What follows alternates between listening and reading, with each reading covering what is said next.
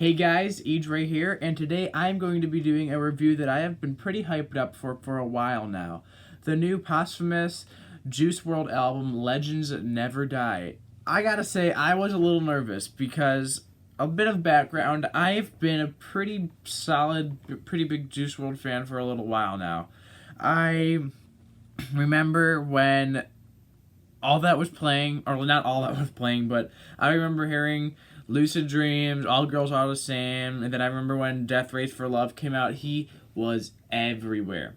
Especially in my age group, because I'm younger, so I was kind of subject to hearing a lot of his music. But a lot of it hit me pretty good. I really enjoyed it. I thought he was talented. I really just thought that it was genuinely fun, good music. And I do think that I didn't realize it at the time, but Death Race for Love would go on to become one of my favorite albums of 2019, and Goodbyes and Good Riddance would become one of my top albums of 2018. So his music had a bigger impact on me than I thought, and then when he passed away, I was kind of a bit, shocked. I mean, I know that sounds weird because in his music he would talk a lot about his drug addiction and his depression and everything. But I still just never thought it would get to that point. And I know that might be ignorant of me as a fan, but I don't know. I personally never thought much of it, unfortunately. But now I gotta say, that theme does play a pretty big role in this album. Juice WRLD's sound was pretty refined by the time he passed away, so it's not like by the time he died that he was still developing his sound. He had become a pretty big influencer on the emo rap scene. He had kind of taken a new approach at it. It always kind of felt to me like if you take Post Malone's music and Lil Peep's music, put it in a blender, you get something down the vein of Juice WRLD. Now, that's not to put him down saying he's unoriginal. No, I would argue that he is pretty original and helped influence this generation of music out there.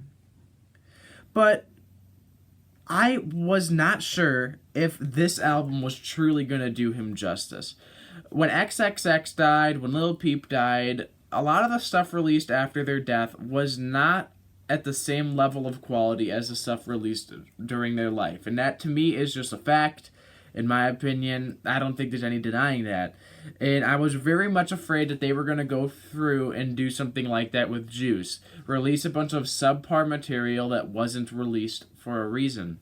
And there are a few songs on here that I do think could have, just been put on the shelf. For the most part, the selection of songs on here was really solid, was very much representative of his style, of his sound, of his passion. And I'm very satisfied with the overall picks they went with. So I'm going to dive a little deeper into some of the highlights, as well as some of the songs that I do think hurt this album a little bit. The album does kick off with the Anxiety intro, and it's solid, it's very emotionally touching. And it goes into Conversations, which is one of the highlights on here for me. I kind of like the more sporadic kind of, I guess, staccato type synthesizer lead throughout it. And overall, Conversations does have a very solid hook. Right off the bat, this song kind of did set the mood for the album. It kind of excited me a little bit because it really did kind of give me a hint that maybe this album will do him justice. It's followed by Titanic, another song that I quite enjoy. That one took a little longer to grow on me because it was just a little strange hearing him talk about Titanic like that. But the guitar throughout has a very strong presence and a very solid presence as well. And this is a theme throughout the entire album. There is a lot of guitar-based tracks, a lot of little guitar riffs, getting a lot of muted guitar riffs as well, being played on multiple tracks throughout. It's interesting how they would go more down this route instead of a more conventional trap route, which I was a little nervous they were going to do, so I'm not really complaining there. Titanic actually does give me some Goodbyes and Good Riddance era vibes. I'm not sure if this was recorded during that era or if it was a later song he recorded, but it does kind of have that more kind of straightforward, a little bit more emo vibe to it, which I personally quite enjoy. That is what got me into Juice WRLD's music to begin with. However, I will say the post-production odd little string arrangement at the end is a slight bit off-putting. I do feel like that was added in after he passed away. I don't really think he would have put that in there himself. That's just the way I look at it. The song Bad Energy to me was pretty average, nothing too crazy. But I do want to take some time to talk about the song Righteous. Righteous I did a review of earlier this year when it came out as a single. But I do genuinely think Righteous is the strongest song on this album. Not only do I think it does Juice WRLD justice, it is a very emotional song and a very touching song. And probably one of the more emotional songs I've heard this year.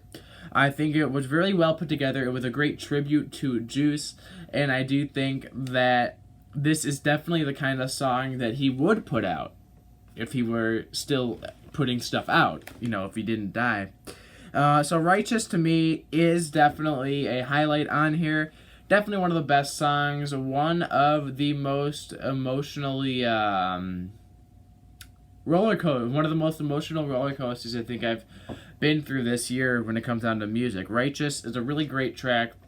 Definitely one of the best songs of this year. So I do give his team props for putting this song on here. The song Blood on My Jeans was a decent track. It had a nice acoustic guitar throughout it, some nice strumming. It was something that I hadn't really heard much from Juice WRLD before, but that was nice to hear the acoustic. However, I will say the strange 808s kind of threw me a bit off every now and then, but it was nothing that totally hurt the song. Tell Me You Love Me featuring Trippie Redd is definitely one of the best songs on this album, with a solid groove, a big fat groove throughout. I love the beat on this song. A great Trippie Redd feature. Nothing negative to say there. Highlight all around. And perhaps the biggest and best part of this entire song was Juice WRLD's more heavy rap section in the middle of this track. Definitely showing that he is a freestyle king. He was one of the best at it. I love that video of him going for like an hour on Eminem beats. But yeah,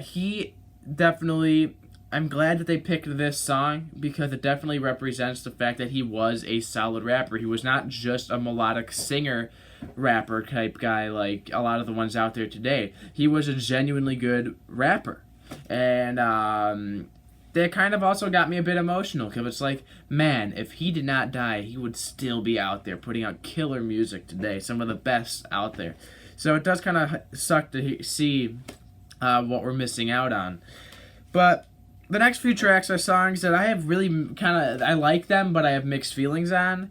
Hate the Other Side it's a weird, once again, the features are a bit strange on here. I mean, they're strong, but I feel like they were added on after he died. I really don't get the vibe that these features were there before, and that kind of throws me off. Life's a Mess, I don't think Halsey necessarily fits. However, I do think that the song itself at its core is a pretty solid song. I would have loved to see Juice WRLD expand on that. Obviously, he can't. And perhaps the weirdest song on this entire album is Come and Go with Marshmello. Is it rock? Is it that new... it sounds like that last Green Day album in some parts with the clapping. Is it a dance track?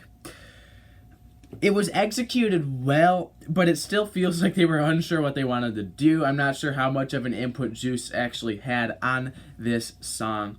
But I will say that even though the claps are a bit obnoxious and everything, it's catchy, man. I cannot take that away from it. It has a good energy to it, a good vibe to it, and this is why I have a weird relationship with some of the songs on here. It's like, I know that they aren't necessarily like the most polished per se, or they were polished after he died, but they have a good solid energy in their core, and this song is a great representation of that. The album towards the end does start to pick up a little bit with Fighting Demons, another good solid rap song. Wishing Well is a pretty straightforward pop song. Not too crazy about that one, but that is a pretty solid track. Screw Juice does give me very solid Death Race for Love vibes for sure. Up and Away is probably the weakest song on here. It doesn't really do much for me, but Stay High has a good, but Stay High is one of the highlights for me. Good delivery, good production, good track all around. And Man of the Year was one that took me a little off guard. It was very much more rock, very much more pop punk inspired. I would have expected a song like this to be pretty bad, but I enjoyed it. So overall, does this album do Juice WRLD justice? Was this what I necessarily wanted? Was this the album Juice WRLD would have put out?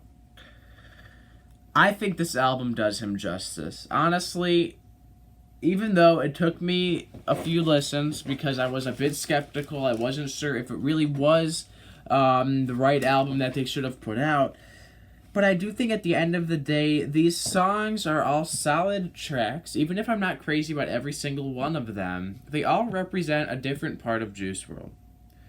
Unlike a lot of the other posthumous albums I've heard from rappers, or I should say from their team, they tend to pick songs that they know are going to be hits, that they know represent the more popular side of the artist, and not so much the artistic side.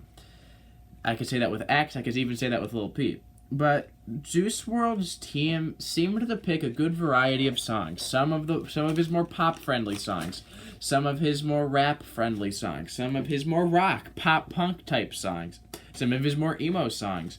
The team managed to get a good variety of songs, many of which are very emotionally heart-wrenching and very touching, because it really makes you think he would still be going strong if he were here today. So, even though there were a few duds, the vast majority of these songs do feel pretty complete, especially considering he has been dead for over half a year now, which is hard to believe. It is very clear that he did not have full input on every single track picked. I'm sure he was not there for the final production of a lot of these tracks, and yet they still feel solid. They still feel like solid tracks that he would have put out. So I'm really sad. I was left very satisfied with the overall tone of this album, the overall song selection of this album, the overall production of this album. Even though songs like Come and Go and even Man of the Year kind of threw me off guard, kind of showing his more rock side, I'm glad that they actually dug a little deeper and managed to pull out songs that weren't just your standard Juice WRLD songs. There's a lot of uniqueness on this album, and I greatly appreciate that.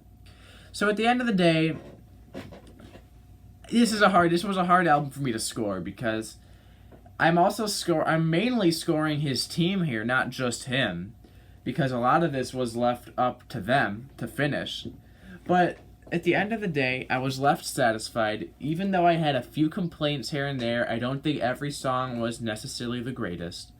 I still feel like this is a light 8 out of 10 for me. And like I said, an 8 out of 10, that's a very positive review. Anything above a 5 is good, anything below is bad. So I was left pretty satisfied with this album. But I'll give a quick disclaimer before I end this video. Even though this album turned out to be pretty solid, very satisfying, and a very good tribute to Juice WRLD, I really hope that they do not milk this. I've already heard rumors of a deluxe album. I've already heard rumors from his girlfriend that there was another album called The Outsiders already in the works. I just hope that they pick the best of the best and they put it out and that's it. Because I do not want them to keep on going down this rabbit hole of releasing a whole bunch of unreleased material. Just because he has thousands of songs does not mean they all need to be released. Because it's going to hurt his legacy, it's going to make the label look greedy, and it's going to make his family look like they're really cashing in on his death. And I do not want that because this album was actually really good. It was a really good tribute to him, and this was the exact kind of album I would have liked to hear.